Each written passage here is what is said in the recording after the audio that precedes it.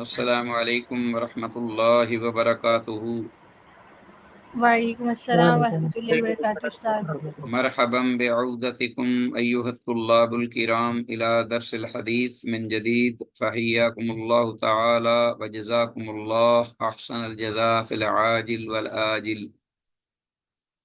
داعین اللہ جل جلالہ ان یبارک لنا فی هذه العلوم وان يسهل علينا هذه الدروس۔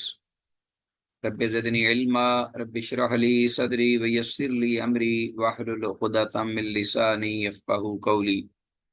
عزیز طلبہ، بحمد اللہ تعالی و بعونہ جل وعلا، مشکوٰۃ المصابیح کے سلسلہ دروس کا ایپیسوڈ نمبر 51، سبق نمبر 51 آپ کے سامنے ہے، اور آج کے سبق کے حوالے سے ہمارے زیر مطالعہ احادیث 3342 سے 3353 ہم حسب السلام علیکم معمول۔ جی وعلیکم السلام۔ سر، یہ جی، ایپیسوڈ نمبر 52 بنتی ہیں۔ 3342 سے 3300 ایپیسوڈ نمبر 52 بنتی ہے، آپ نے 51 لکھا ہوا ہے، پیچھے نمبر وائز نا مسٹیک آ رہی ہے۔ اچھا، یہ ایک منٹ،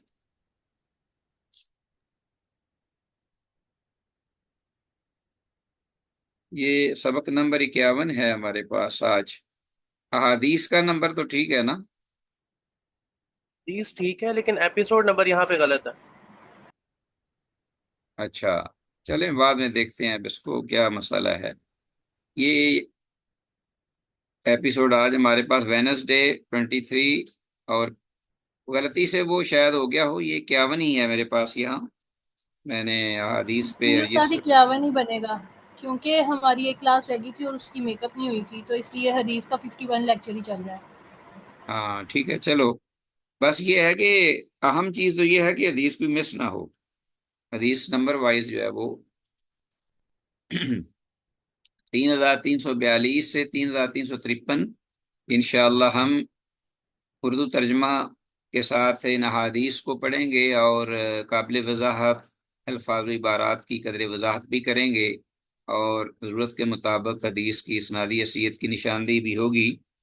کل گزشتہ کل ایک حدیث رہ گئی تھی 3341، یہ آج پڑھ لیتے ہیں اور چلتے ہیں براہ راست کتاب کی جانب۔ میں شیئر کیے دیتا ہوں، آپ یہ آپ کے سامنے سکرین ہے، کلیئر ہے؟ جی استاد کلیئر ہے۔ چلیں الحمدللہ۔ تو یہ 3341 حدیث کل ہم پڑھ نہیں سکے تھے۔ وعن عبداللہ بن عمر، اور کتاب النکاح ہے، اور یہ جو اپنا اس کا آ رہا ہے باب، وہ باب الاستبراء ہے، استبراء رحم۔ اسی سلسلے میں عبداللہ بن عمر رضی اللہ عنہما سے یہ روایت مروی ہے، انہو قال، انہوں نے یہ کہا، اذا وہبت الولیدہ، تو جب کوئی لونڈی جو ہے کسی کو ہبہ کی جائے۔ یہ اس وقت کی بات تھی جب زر خرید لونڈیاں اور غلام ہوتے تھے، تو اس وقت کوئی جس طرح کوئی چیز دوسری کوئی کسی کو ہدیہ یا تحفے میں دیتا ہے، اسی طرح کوئی شخص جو ہے کسی کو، اپنے کسی دوست کو یا کسی رشتہ دار کو کوئی خدمت کے طور پر کوئی لونڈی یا کوئی غلام جو ہے وہ ہبہ کر دیتا تھا۔ تو اذا وہبت الولیدہ، تو جب کوئی لونڈی ہبہ کی جائے، اللہ تی، وہ لونڈی، تو تاؤ، جس کے ساتھ مباشرت کی جاتی رہی۔ ظاہر ہے کہ جو مالک ہے وہ شرعی حدود کے مطابق اندر رہتے ہوئے یہ مجاز ہے کہ اپنی لونڈی سے وہ ازدواجی تعلقات جو ہیں وہ قائم کر سکے، اس کے اپنا مالک ہونے کی حیثیت سے۔ ٹھیک ہے جی، تو اگر اس کے ساتھ ایسا کیا جاتا رہا، اللہ تی تو تاؤ، جس سے مباشرت کی جاتی رہی، او بی عطیہ، اس کی بیع کی جائے، یعنی اس کو فروخت کیا جائے، او اوتقت، یا اسے آزاد کر دیا جائے، تو فل تستبرئ رحمہا، تو اسے خود چاہیے کہ وہ اپنے رحم جو ہے اس کے بارے میں یقین کر لے کہ وہ خالی ہے. فل فل فل تستبر استفعال باب ہے، طلب ماخذ اس میں ہوتا ہے، اس کا خاصہ. اسے چاہیے کہ وہ خالی کر لے اپنے رحم کو بحیدتن، ایک حید جو ہے پیریڈ، یعنی ایک پیریڈ اس کو اپنا گزار کے. ولا تستبرأ الاضراء، اور اس بارے میں جو اپنی ہوگی کنواری جو لڑکی ہوگی، الاضراء، اس سے مطالبہ نہیں کیا جائے گا رحم کے خالی کرنے کا. ولا تستبرأ الاضراء، اضراء یعنی کنواری. رواہما الرزین، یہ اور اس سے پہلی حدیث جو ہے 3340، اور یہ دونوں حدیثیں امام رزین نے ذکر کی ہیں، روایت کی ہیں. تو یہ حدیث جو ہے بہرحال سند کے اعتبار سے صحیح ہے. واللہ اعلی وعالم بالصواب. عزیز طلبہ، آتے ہیں آج یہ سبق کے حوالے سے باقاعدہ ہماری جو حدیث ہے پہلی، وہ ایک نئے باب سے ہے، کتاب النکاح ہے، باب النفقات وحق المملوک. یہ بھی بڑا اہم باب ہے، اور مملوک سے اس وقت تو مراد وہ زر خرید غلام یا لونڈیاں تھیں، اور آج آپ کے وہ گھر کے خدام یا نوکر چاکر یا ملازم جو ہیں وہ ان کی جگہ پہ آ گئے ہیں. تو اب آپ ذہن میں اب یہ رکھیے گا، کسی کے گھر میں ملازمت کرنے والے، خواہ وہ خاتون ہے یا کوئی لڑکا ہے یا کوئی لڑکی ہو، ان کے نان و نفقہ اور ان کے جو حقوق ہیں وہ کیا ہیں. پہلی فصل، الفصل الاول، انا عائشہ، سیدہ عائشہ رضی اللہ تعالیٰ عنہ سے یہ روایت ہے، قالت کہتی ہیں، ان ہندن بنت عتبہ تھا،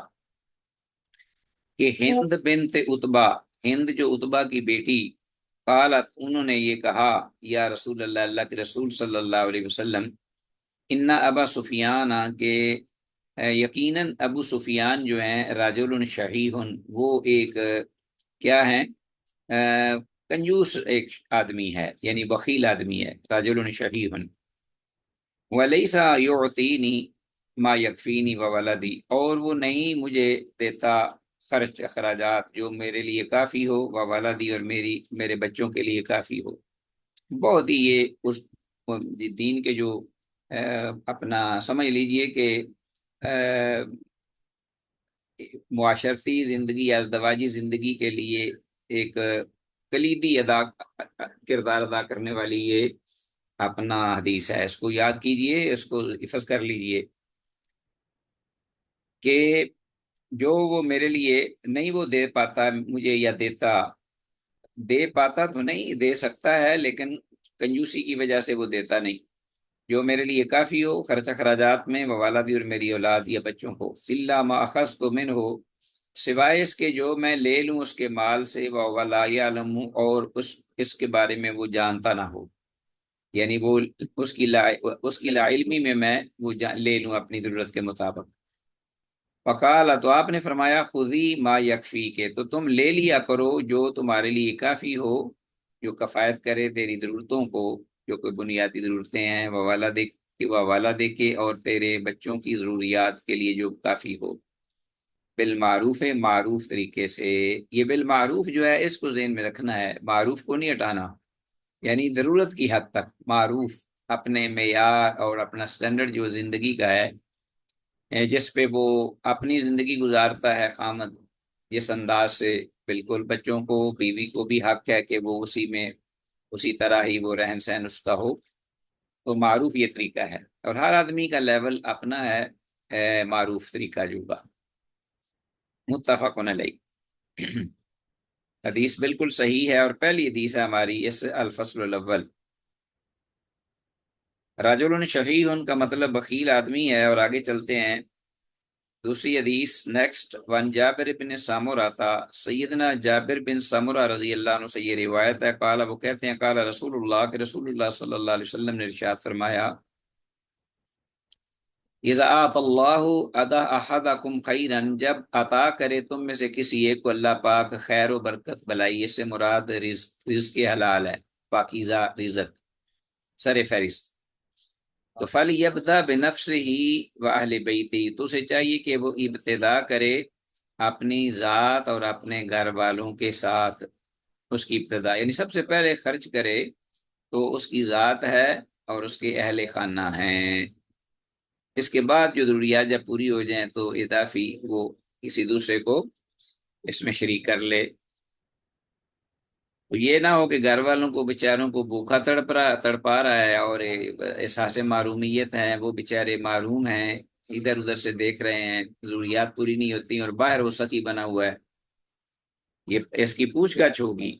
کیونکہ اللہ پاک نے یہ خامند پر، گھر کے سرپرست پر یہ ذمہ داری ڈالی ہے، نان و نفقہ کی، جگہ مکان کی، خرچ اخراجات کی، تعلیم کی، تربیت کی، یہ سب سے پہلے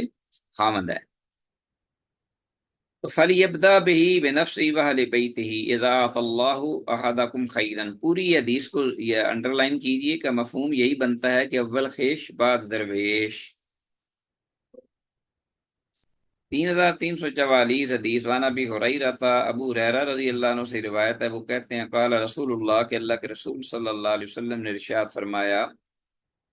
للمملوک طعامہ وکسوتہ، غلام کے لیے، خادم کے لیے، یہاں میں منع کروں گا، کوئی بھی ہو، مرد ہو، عورت ہو، ایک ہو، دو ہوں، زیادہ ہوں، طعامہ اس کا کھانا، وکسوتہ اور اس کا پہننا یعنی لباس، وہ دستور کے مطابق معروف طریقے کے ساتھ یہ مالک پر عائد ہے، اس کی ذمہ داری کھلانے کی اپنے خادم خدام کو، اور اپنے جو ملازمین یا اپنے گھر کے خدام ہیں ان کے کھلانے اور ان کے پہناوے کا جو معروف طریقے سے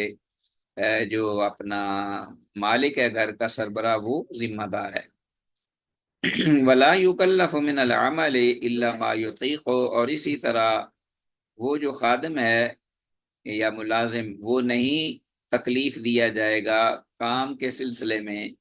مگر اتنا ہی جتنا کہ وہ یا جس کی وہ طاقت رکھتا ہے فزیکلی۔ رواہ مسلم، ان سے امام مسلم نے روایت کیا ہے اس حدیث کو۔ تو للمملوک طعامہ وکسوتہ کا ترجمہ انڈر لائن کیجئے کہ غلام کے لیے اس کی روٹی اور کپڑا دونوں اس کے مالک کے ذمہ ہیں معروف طریقے سے یا دستور کے مطابق۔ باقی کلیئر ہے حدیث؟ آگے آتے ہیں اگلی حدیث 3345 وان ابی ذر، ابو ذر غفاری رضی اللہ تعالیٰ عنہ سے یہ روایت مروی ہے، قال، وہ کہتے ہیں قال رسول اللہ، کہ رسول اللہ صلی اللہ علیہ وسلم نے ارشاد فرمایا، اخوانکم جعلہم اللہ تحت ایدیکم، تمہارے وہ بھائی کہ جن کو اللہ پاک نے رکھا ہے تحت ایدیکم، تمہارے زیر اپنا اختیار، ہاں جی، تمہارے وہ بھائی جن کو اللہ پاک نے دیا ہے تمہارے اختیار میں، تحت ایدیکم یعنی وہ تمہارے غلام، تمہارے خدام، تمہارے نوکر، ملازمین۔ فمن جعل اللہ اخاہ تحت یدیہ، تو وہ شخص کہ اللہ پاک نے رکھا ہو اس کے بھائی کو اس کے زیر اختیار یا اختیار میں یا اختیار دیا ہو تو یا نگرانی میں، فَلْيُطْعِمْهُ مِمَّا يَأْكُلُ، تو پھر اسے چاہیے کہ وہ اس کو کھلائے اس چیز سے ہی جو وہ کھاتا ہے خود، مما یاکلو، ہاں اسی سے ہی وہ کھلائے اس کو جس سے وہ خود کھاتا ہے، وَلْيُلْبِسْهُ مِمَّا يَلْبَسُ، اور اسی چیز سے ہی اس کو یعنی انہی جیسے کپڑوں میں سے اس کو پہنائے کپڑے، مما یلبس، جن کپڑوں، ہاں جی، انہی کپڑوں میں سے اس کو پہنائے جو وہ خود پہنتا ہے، ولا یکلفہ من العمل، اور اس کو نہ مشقت میں ڈال لے کام کی بابت، ہاں جی، نہ اس کو تکلیف دے کام کے سلسلے میں، ما یغلبہ، ہاں جی، جو کہ اس پر اس کی طاقتوں سے زیادہ ہو، اس کی جسمانی قوت سے جو بڑھ کر ہو۔ فَإِن كَلَّفَهُ مَا يَغْلِبُهُ، تو اگر وہ ایسے کسی کام پر اس کو لگا دے، ڈیوٹی دے دے، ذمہ داری کہ جو اس کی جو طاقت قوت ہے اس سے وہ بڑھ کر ہے، تو پھر کیا کرے، فَلْيُعِنْهُ عَلَيْهِ، تو پھر اسے چاہیے کہ وہ اس پر اس کی اعانت بھی کرے، اس کی مدد اور تعاون بھی کرے، اس کے ساتھ شریک ہو۔ یہ نہیں کہ پکڑ لے اپنا کوڑا اپنا اور اس کو ساتھ مارے، اور ساتھ کہے کہ کرو جیسے بھی ہے، یہ تم نے ہی کرنا ہے۔ تو انتہائی ظالمانہ انداز اور یہ رویہ، یہ ہماری شریعت طاہرہ اس کی اجازت نہیں دیتی، اور یہ ظلم ہے، اور اس ظلم کا جو انجام ہے بڑا بھیانک ہے دنیا اور آخرت دونوں جہانوں میں۔ واللہ عالم۔ تو عزیز طلبہ، امام النووی رحمہ اللہ جو ہیں وہ کہتے ہیں کہ فَلْيُطْعِمْهُ مِمَّا يَأْكُلُ وَلْيُلْبِسْهُ مِمَّا يَلْبَسُ، کہ مالک کا اپنے غلام کو اپنے کھانے اور پہننے سے کھلانا اور پہنانا یہ مستحب عمل ہے، یعنی یہ کوئی واجب یا فرض نہیں، بلکہ امام نووی رحمہ اللہ کے ہاں وہ کہتے ہیں کہ یہ مستحب ہے۔ اس حکم کو استحباب پر معمول کیا جائے گا، وجوب پر نہیں، جبکہ اس کے ذمہ عرف کے موافق واجب ہے۔ ہاں جو چیز واجب ہے مالک پر، وہ ہے عرف کے مطابق، جس ماحول معاشرے میں وہ رہتا ہے مالک یا وہ غلام اس کے نوکر چاکر، اس ماحول اور عرف یعنی کے مطابق اگر وہ ان کو چیزیں مہیا کر رہا ہے اور وہ اپنا ان چیزوں پر وہ اپنی ضرورت پوری کر لیتے ہیں تو بس یہ کافی ہے۔ باقی وہ اس سے زیادہ اگر کرتا ہے اپنے خدام کا، اپنے ملازمین کا خیال، تو یہ افضل ہے، اچھا ہے۔ مثال کے طور پہ مثلا آپ کے گھر میں خادم ہے، خدام، نوکر ہے، ملازم ہے، آپ نے ان کو رکھا ہوا ہے، معاملات طے کیے ہوئے ہیں کہ یہ ٹائم ہے، یہ وقت ہے، آپ ہمارے پاس کام کریں گے، اور کام کی نوعیت وہ بھی ذکر کی گئی اور ڈکلیئر کر دی گئی کہ یہ کام ہے، یہ ذمہ داری ہے، اور یہ اوقات ہیں۔ تو اس پر آپ کو یہ ماہانہ یا اپنا ڈیلی کے طور، ڈیلی اگر روزینہ اس کا مقرر کر دیتا ہے اور اس کو لکھ دیتا ہے کلیئر، اور وہ مان جاتا ہے کہ ٹھیک ہے میرے لیے یہ مناسب ہے، اور وہ راضی خوش ہو جاتا ہے، تو یہ ٹھیک ہے، اس کا یعنی اس کا حق جو ہے وہ دینا چاہیے۔ قبل ان یجف عرقہ، کہ اس کے اس کا جو پسینہ خشک ہونے سے پہلے، جیسے حدیث میں آتا ہے، تو اگر وہ یہ دے رہا ہے، کر رہا ہے، تو یہ اس سے زیادہ اس پر فرض نہیں۔ ہاں البتہ وہ اگر اس کے گھر کھانا پکتا ہے، وہ اپنی گفٹ آتا ہے اس کے پاس، اس کے گھر میں کوئی خاص چیزیں آتی ہیں، یا اپنا وہ کوئی خاص ڈش بناتا ہے، تو اس میں وہ اس گھر والوں کو شریک کرتا ہے، اپنے خدام کو وہ دیتا ہے، کبھی کوئی گفٹ دے دیا، کبھی ان کو کوئی اپنا سرپرائز دے دیا خوش ہو کر، تو یہ چیزیں مستحب ہیں، یہ اس پر واجب نہیں۔ اچھا جی، 3346 حدیث۔ لیکن آپ حیران ہوں گے کہ بعض تو ظالم ایسے ہیں کہ جو وقت جو لکھا ہوتا ہے اس کے بالکل خلاف کرتے ہیں کام، اور وقت پہ وہ ان کا معاوضہ بھی نہیں دیتے، اور ان کو بیچاروں کو ذلیل و رسوا بھی کرتے ہیں، جسمانی سزائیں بھی دیتے ہیں، پھر بالآخر نکال بھی دیتے ہیں۔ تو بہت سارے ظلم و ستم کی داستانیں ہمارے معاشروں میں یہ رقم کی گئی ہیں۔ سن رہے ہو عزیز طلبہ؟ جی شیخ ہاں سن رہے جی ہیں۔ سر۔ جی ماشاء اللہ، بارک اللہ فیکم۔ 3346 حدیث آ گئی ہے۔ وعن عبداللہ بن عمرو بن العاص، عبداللہ بن عمر بن عاص رضی اللہ تعالی عنہما سے یہ روایت ہے، جاءہ قہرمان، عبداللہ بن عمر جو ہیں وہ روایت کرتے ہیں کہ ان کے پاس آیا قہرمان لہو، ان کا منشی۔ ہاں جی، منشی جانتے ہیں آپ کہ کوئی ذمہ دار ہے، لینڈ لارڈ ہے، یا کوئی اپنا مالک ہے کوئی فیکٹری کا یا کسی کارخانے کا یا اپنا زمینوں کا، تو اس پر وہ کچھ خاص لوگوں کو متعین کر دیتے ہیں اپنی طرف سے، اور پورا اختیار اور چارجز انہیں دے دیتے ہیں، انہی کی نگرانی میں وہ سارا معاملہ۔ اور جب وہ کوئی بات اس نے کوئی اپلائی کرنی ہے، تو یا یہ ہے کہ کوئی انہوں نے ملازمین وہ کوئی تنخواہوں کے بارے میں یا کام کے بارے میں یا کوئی چھٹی کے بارے میں کوئی بھی کام بات ہو تو وہ منشی جو ہے اس کو وہ مالک ہدایات دے دیتا ہے اور وہ آگے پھر ان کے ساتھ ڈیلنگ کرتا ہے۔ تو یہ ہر دور میں رہا ہے معاملہ اور آج بھی ہے یہ۔ تو اس کو قہرمان کے لفظ سے، یہ قہرمان عربی زبان کا تو لگتا ہے، یہ پرشین لفظ لگتا ہے مجھے، بہرحال عربی کا یہ نہیں لگ رہا۔ تو اس بہرحال اس منشی بولتے ہیں اس کو۔ تو وہ ان کا جو منشی ہے وہ ان کے پاس آیا، فقال لہو، تو کہنے لگا، تو آپ نے یعنی عبداللہ بن عمر جو رضی اللہ عنہما انہوں نے یہ کہا ان کو، اپنے منشی سے یہ کہا، فقال لہو اعطیت الرقیق قوتہم، کیا تم نے غلاموں کو ان کا روزینہ دے دیا ہے، یعنی ڈیلی جو ان کا کھانے پینے کا یا جو معاوضہ ہے وہ ان کو دے دیا؟ قال، تو وہ کہنے لگا لا نہیں۔ قال، آپ نے پھر فرمایا، فانطلق، چلو یہاں سے، فآتہم، انہیں سب سے پہلے یہ ان کا حق دو۔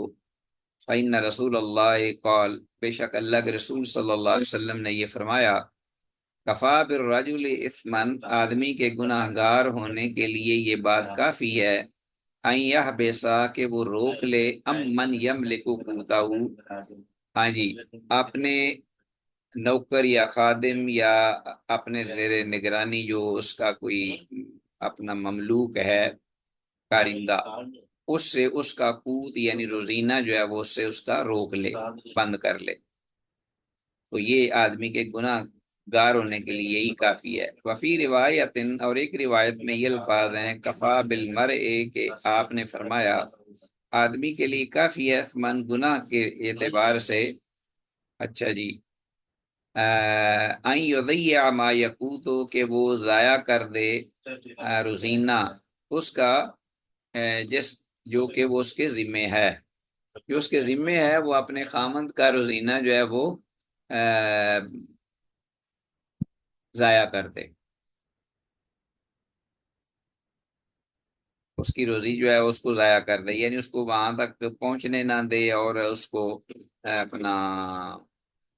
روک لے، یا کوئی بھی چیز ہے جو کہ ضیاع کے حکم میں آتی ہے، ضائع کرنے کے حکم میں۔ اصل بات یہ ہے کہ وہ اس تک پہنچے نہ اور وہ محروم رہے اس دن کے روزینے سے یا اس روزی سے۔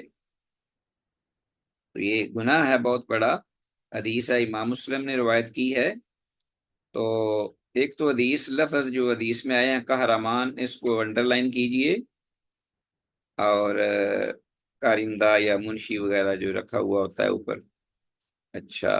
حدیث کی عبارت، کفا بالرجل اثما ان یحبس عمن یملک قوتہ، یہ اوپر کی حدیث جو ہے اس کے بھی یہ عبارت انڈر لائن کیجئے، اس کا ترجمہ یہ جو ہے یہ اہم ہے۔ فَلْيُطْعِمْهُ مِمَّا يَأْكُلُ وَلْيُلْبِسْهُ مِمَّا يَلْبِسُ، یہ اوپر والی حدیث ہے، اس کی عبارت جو ہے اس کو بھی انڈر لائن کیجئے، یہ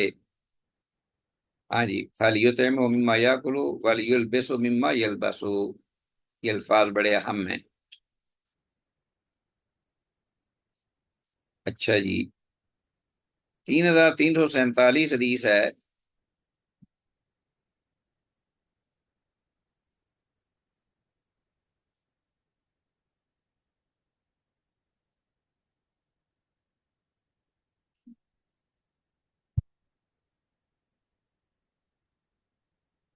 تین ہزار تین سو سینتالیس حدیث،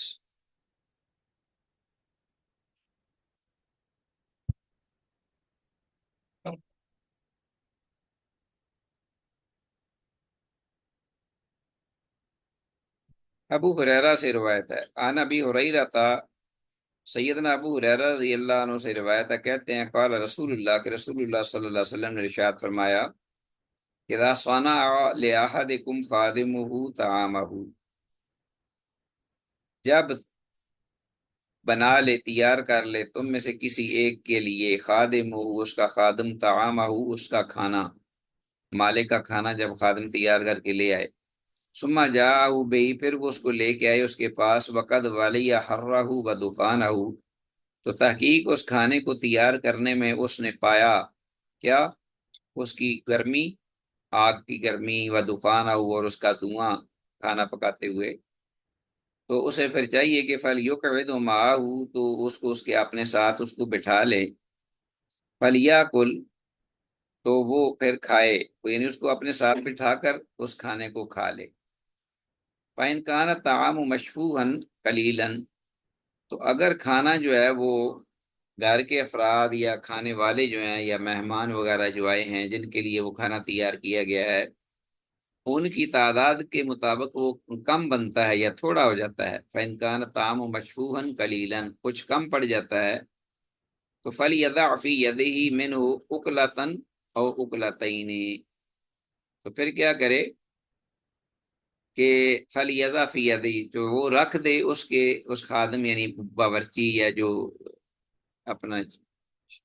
بنانے والا ہے، اپنا کچن میں کھانا وغیرہ تیار کرنے والا، اس کو اپنا پھر اس کے فلیدہ رکھ دے فی یدی، اس کے ہاتھ میں، من ہو اس کھانے سے، اکلتن ایک لقمہ اور اکلتین یا دو لقمے، تو پھر اگر کم ہے، سمجھ رہا ہے کہ کھانا کم نہ ہو جائے، کہیں کم نہ پڑ جائے مہمانوں کے اعتبار سے، تو پھر زیادہ پورا فل کھانے کے بجائے اس کو اپنے ساتھ کھلانے کے بجائے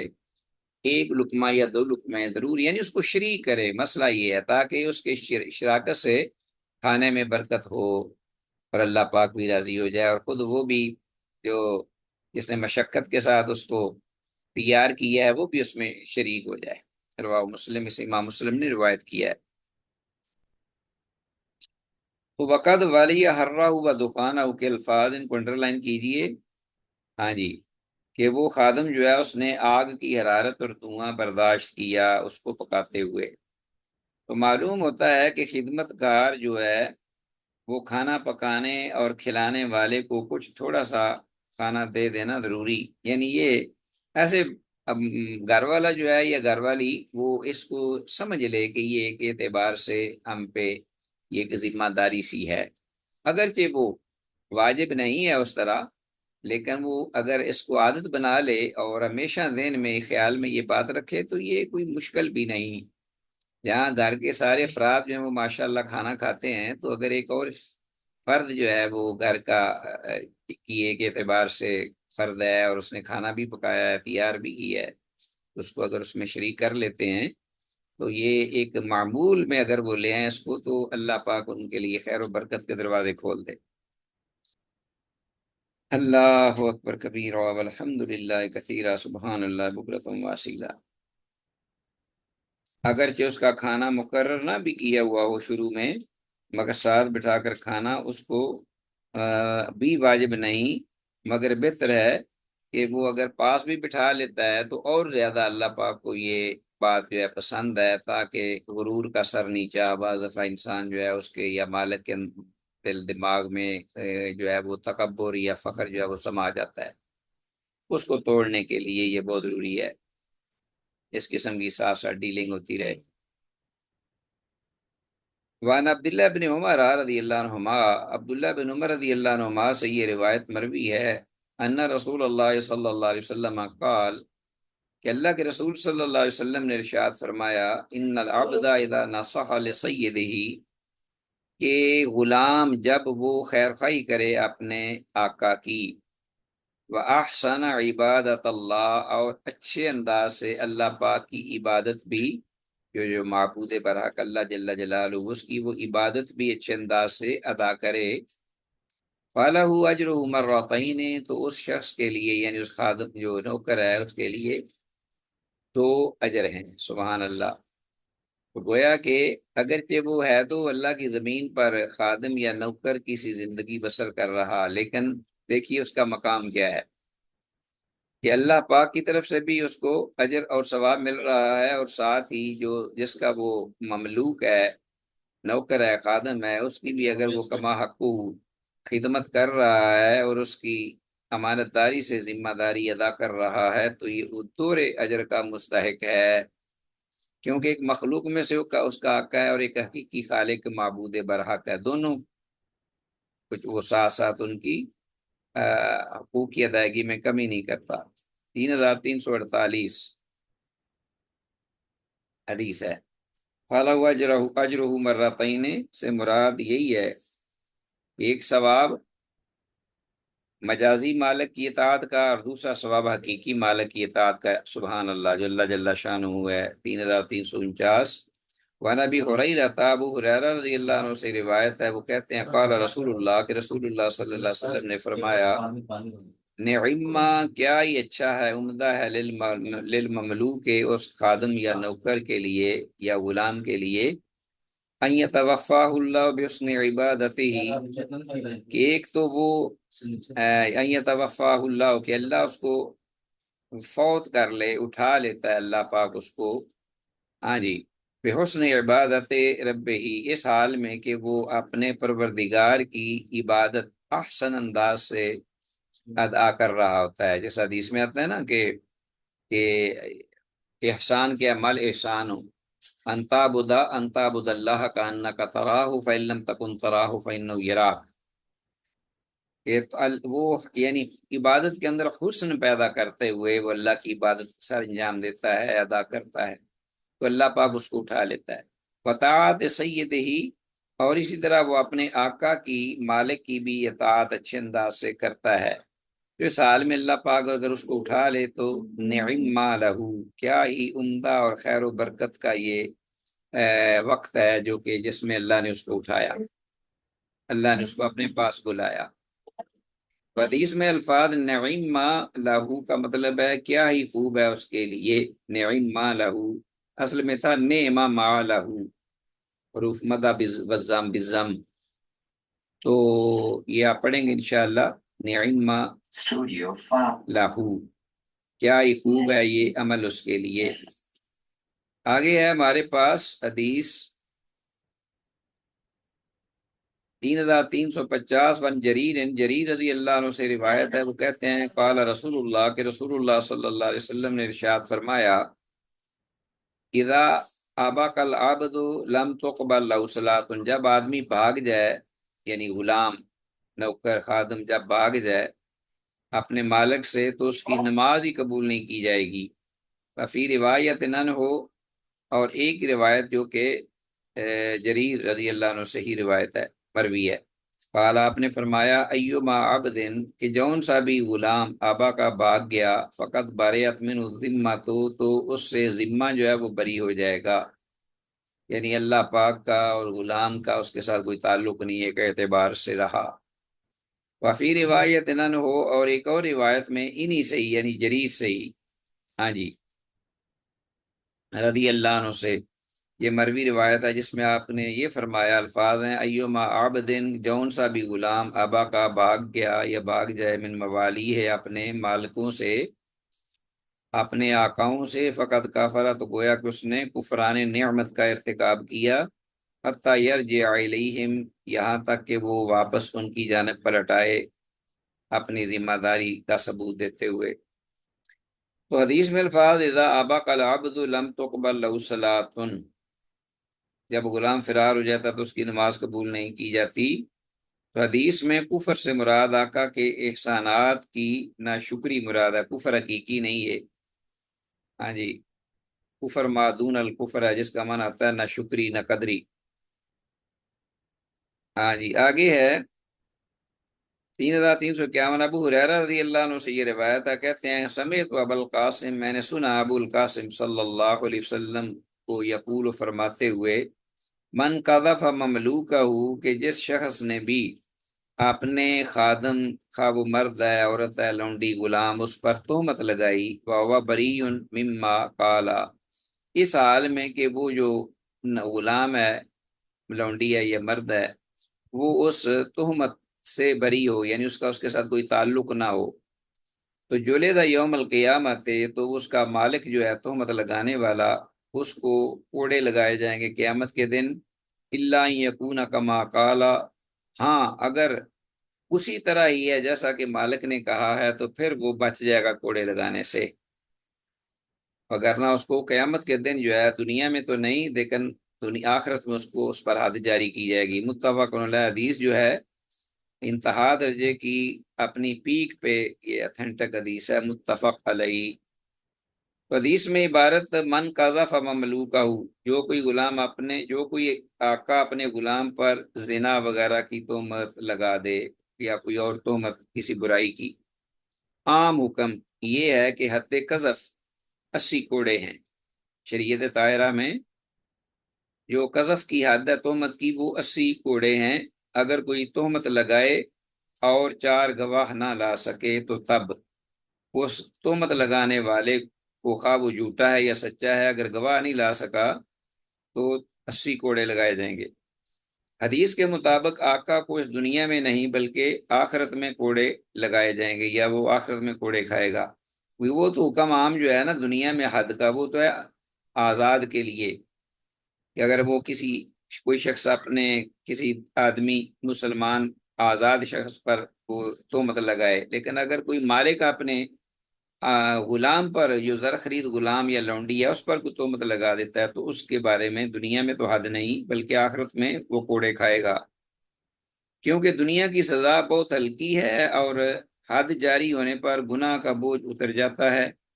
جبکہ حد جاری نہ کی جائے اس پر اور اس کا بوجھ گناہ کا اس کے سر پر رہے اور آخرت میں اس کو اٹھانا پڑے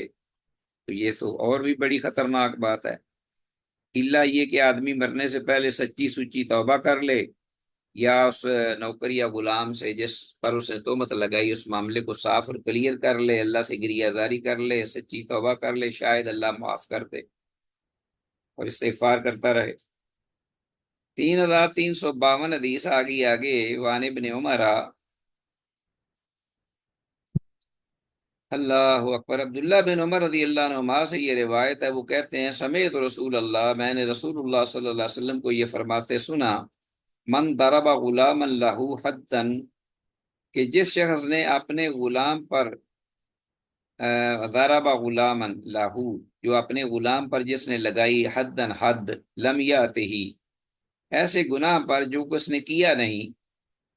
او لاتما ہو، یا اس نے اس کو کوئی تھپڑ یا تمانچہ مارا، فإن کفارتہ ان یعتقہ، تو اس کا کفارہ یا اس کا ازالہ یہی ہے کم از کم کہ وہ اس کو اب آزاد کر دے، تب وہ بچ پائے گا۔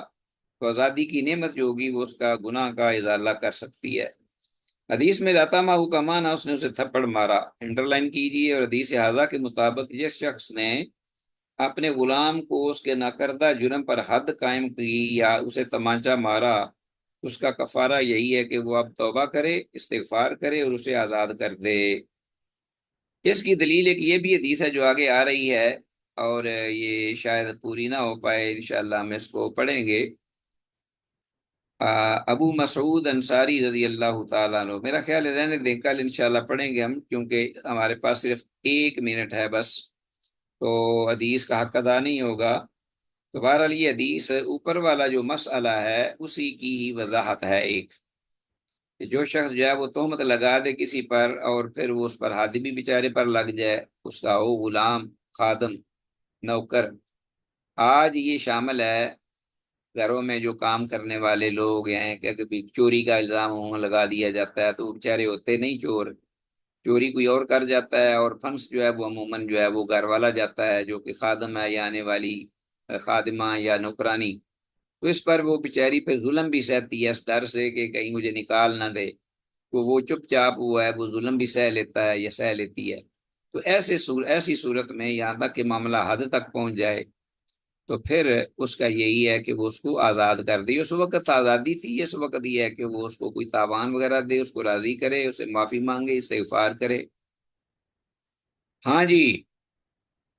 تو انشاءاللہ اس پر ہم اکتفا کرتے ہوئے اپنے اس وائنڈ اپ کرتے ہیں آج کے اس لیسن کو۔ اللہ پاک جو کچھ کہا سنا ہے اس پہ اللہ پاک ہمیں عمل کی سمجھ کر توفیق دے، اور اللہ استقامت بھی ہمیں نصیب فرمائے۔ ھذا ما عندی واللہ اعلم وعلم بالصواب، والسلام علیکم ورحمۃ اللہ وبرکاتہ۔ وعلیکم السلام ورحمۃ اللہ۔